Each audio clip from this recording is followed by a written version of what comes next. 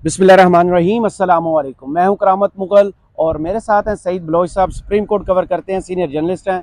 Saeed Bloch साहब, जब भी आपसे बात होती है इंतहाई अहम मामला ही हम कहते हैं। आज भी सुप्रीम कोर्ट हम आए, इंतहाई अहम मामला था ऑडियो लीक्स पर। क्या फैसला सामने आया है और मुस्तकबिल में इसका असर कितना होगा? बहुत शुक्रिया करामत मुगल साहब। देखें, वफाकी हुकूमत की जानिब से पहले तो आपको याद होगा कि रवां साल कुछ मुबैना ऑडियोज़ लीक की गई। उससे गुज़श्ता साल का अगर हम देखें तो साबिक वज़ीर आज़म इमरान खान की ऑडियो जारी की गई, लीक की गई। उसके बाद फिर एक अकाउंट ट्विटर के ऊपर सामने आया और उसमें कहा गया जी कि मेरे पास वज़ीर आज़म हाउस की भी कुछ बड़ी ख़तरनाक किस्म की ऑडियोज़ हैं, जिसमें ग़ालिबन साबिक आर्मी चीफ कमर जावेद बाजवा साहब की भी मुबैना ऑडियो का जिक्र किया गया था और तकरीबन कोई 1 GB बल्कि कई जीबीज़ में पर मुश्तमिल वो डाटा था। लेकिन रवां साल जो ऑडियोज़ जारी की गई उसमें एक तो जो जस्टिस मज़ाहिर नकवी और साबिक वज़ीर आला पंजाब चौधरी परवेज़ इलाही की ऑडियो थी, साबिक चीफ जस्टिस मियाँ साकिब निसार के साहबजादे नजमुस साकिब की एक ऑडियो सामने आई। फिर चीफ जस्टिस उमर अता बंदयाल की सास की एक ऑडियो सामने आई, जिसमें वो एक वकील की एहलिया के साथ गुफ्तगू कर रही हैं, तारिक रहीम साहब की एहलिया के साथ गुफ्तगू कर रही हैं। फिर एक साफ़ी हैं, हमारे सीनियर कुलीग हैं अब्दुल कयूम सिद्दीकी साहब, उनकी और तारिक रहीम साहब की ही एक ऑडियो सामने आई। इसी तरह और भी कुछ ऑडियोज़ सामने आई थी और इन्हीं ऑडियोज़ का बहाना बना के जो वफाकी हुकूमत थी, PDM की इत्तेहादी हुकूमत, उसने एक 3 रुकनी इंक्वायरी कमीशन तश्कील दिया। 3 रुकनी इंक्वायरी कमीशन की सरबराही कर रहे थे जस्टिस काजी फायज ईसा। इसके अलावा chief justice Islamabad high court justice Aamir Farooq और chief justice Balochistan high court justice Naeem Afghan भी इस 3 रुकनी इंक्वायरी कमीशन का हिस्सा थे। वफाकी हुकूमत की जानिब से कुछ TORs जो है वो जारी की गई और कहा गया कि ये जो मुबैना ऑडियो लीक्स हैं इनकी तहकीकात करके कमीशन ये रिपोर्ट देगा कि क्या ये जो ऑडियोज़ हैं ये मुबैना तौर पर दुरुस्त हैं या नहीं है।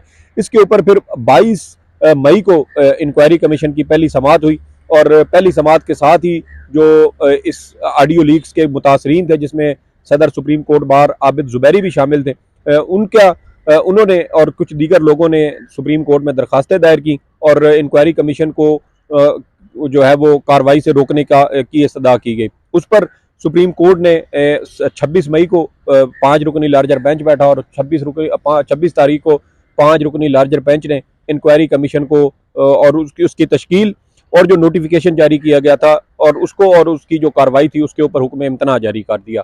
27 मई को इंक्वायरी कमीशन की दूसरी समाअत होना थी, लेकिन चूंकि पहले स्टे हो चुका था तो फिर उसके ऊपर कार्रवाई तो हुई, लेकिन कहा गया कि एक तो बेंच जो बन गया है उन्हें भी घर में टीवी से पता चला था काजी साहब को। जी जी, ये भी एक स्टेटमेंट सामने आई थी काजी जी साहब। जी। तो ये इंक्वायरी कमीशन जो है वो सस्पेंड हो गया। फिर इसकी केस की जब मजीद समाअत हुई तो वफाकी हुकूमत ने chief justice Umar Ata Bandial, justice Ijajul Hasan और जस्टिस मुनीब अख्तर के ऊपर मफादात के टकराव का इल्ज़ाम लगाकर बेंच से अलग होने का मुतालबा किया। लेकिन इसके ऊपर सुप्रीम कोर्ट में फिर दलाइल हुए। दलाइल होने के बाद 6 जून को इस केस के ऊपर फैसला महफूज किया गया। आज दिन को सुबह जस्टिस इजाजुल हसन ने ये फैसला अदालत में पढ़कर सुनाया, मुख्तसर फैसला, और उसके बाद अब सुप्रीम कोर्ट ने इस केस का 32 सफ़ात पर मुश्तमिल तफसीली तहरीरी फैसला भी जारी कर दिया है। तफसीली तहरीरी फैसले में आज जो सुप्रीम कोर्ट है उसने PDM की जो वफाकी हुकूमत थी उसके खिलाफ एक मुकम्मल चार्जशीट जारी की है और चीफ जस्टिस उमर अता बंदयाल साहब ने जाते जाते मेरे ख्याल में वो कहते हैं ना पंजाबी में कि मंजी ठोक के जाना, तो उन्होंने वो एक तरह से PDM की मंजी ठोकी है कि कैसे अदालती अहकामात की हुक्मदुली की गई। उन्होंने काम शुरू किया, वही आपको याद होगा 1 मार्च को सुप्रीम कोर्ट ने पंजाब और खैबर पख्तूनख्वा में आम इंतखाबात करवाने का हुक्म दिया था। वहां से उन्होंने शुरू किया कि 4-3 का बेंच का फैसला का बहाना बना के अदालती अहकामात की हुक्मदुली की गई। फिर 4 अप्रैल को सुप्रीम कोर्ट ने दोबारा एक फैसला दिया कि 14 मई को पंजाब में इंतखाबात करवाए जाएं, उसके ऊपर भी अमल दरामद नहीं किया और वफाकी हुकूमत को के हवाले से सुप्रीम कोर्ट ने कहा है कि वफाकी हुकूमत ने 4 अप्रैल के फैसले के खिलाफ नजरसानी दायर नहीं की, बल्कि जो इलेक्शन कमीशन की नजरसानी थी उसके पीछे छुपने की कोशिश की। फिर जो तकारीर हुई इन्हीं केस की समाअत के दौरान, बाद में पार्लियामेंट के अंदर सियासतदानों की जानिब से इंतहाई सख्त जबान इस्तेमाल की गई। सुप्रीम कोर्ट के हवाले से जो रिकॉर्ड था सुप्रीम कोर्ट का वो मंगवाने का कहा गया कि जो रजिस्ट्रार सुप्रीम कोर्ट है वो अदालती रिकॉर्ड जो पब्लिक अकाउंट्स कमेटी है वहाँ पर लेके आए। तो ये काफ़ी ज़्यादा एक तनाज़ा चला था। पीडीएम की जो काबीना के इजलास होते थे उसमें सुप्रीम कोर्ट और जजेस की मजम्मत की जाती है। आपको याद होगा कि मरियम नवाज साहिबा जलसों के अंदर chief justice Umar Ata Bandial, justice Mazahir Naqvi और जस्टिस एजाजुल एहसन की तस्वीर लहरा कर यहाँ 16 मई को जो कुछ हुआ जी था, जी पूरे पाकिस्तान ने अदालती फैसले में अदालती फैसले में सुप्रीम कोर्ट के सामने पीडीएम के उस एहतजाजी मुजाहरे या जो जलसा किया गया था उसका भी हवाला दिया गया। गवर्नमेंट ने सब फैसिलिटेट जी बिल्कुल। और सुप्रीम कोर्ट ने बिल्कुल यही लिखा है कि वफाकी हुकूमत ने रेड जोन के अंदर जलसा करने की इजाजत दी। जो मुजाहिरीन थे उनको मुकम्मल सहूलियात फराहम की गई। हम तो हम तो यहीं पर मौजूद थे, सुप्रीम कोर्ट कवर कर रहे थे, फिर सामने ये जलसे का मामला आया तो हमने देखा कि इस्लामाबाद पुलिस की गाड़ियां मुजाहिरीन को लाने के लिए इस्तेमाल की गई। जो सरीना होटल के पास जो गेट है उस गेट को कैसे फलांगा गया, वहां पर मौजूद गेट को कैसे फलांगा गया, वहां पर पुलिस मौजूद थी। किसी ने एक वो तो लाठी का इस्तेमाल करना तो दूर की बात है, किसी ने ओए तक नहीं किया। मई को जब खान साहब को यहाँ पेश किया गया था, जब गिरफ्तारी उनकी कलअदम करार दी थी, गैर कानूनी करार दी गई थी, उसी दिन इधर सारी शेलिंग हो रही थी, आंसू गैस पीटीआई पर की जा रही थी। इसको वो सीडीए की गाड़ियां, पुलिस की गाड़ियां इस्तेमाल कर रहे थे जेयूएफ वाले। तो कोर्ट ने क्या उनको कोई सजा भी अनाउंस की है या सिर्फ तहम्मुल यहाँ भी? जी अदालती फैसले में भी तहम्मुल का ही जिक्र किया गया है कि बार बार वफाकी हुकूमत जो उस वक्त की पीडीएम की हुकूमत थी उसकी जानिब से अदालती अहकामात की हुक्म अदूली की गई, खिलाफ वर्जी की गई, लेकिन उसके बावजूद सुप्रीम कोर्ट ने तहम्मुल का मुजाहरा किया।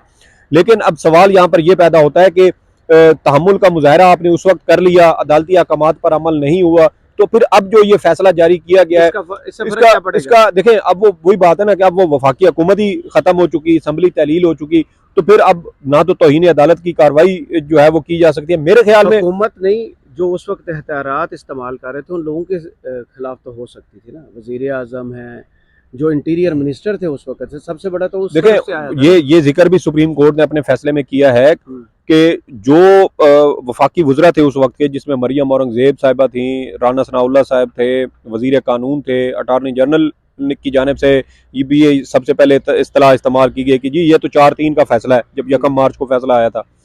वजीर कानून की भी यही राय थी।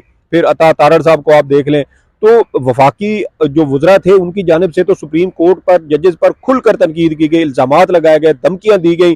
चीफ जस्टिस के जो पोस्टर थे, तस्वीर थी, उनको जूते उनके ऊपर बरसाए गए, यहाँ खड़े होकर शदीद धमकियां दी गई।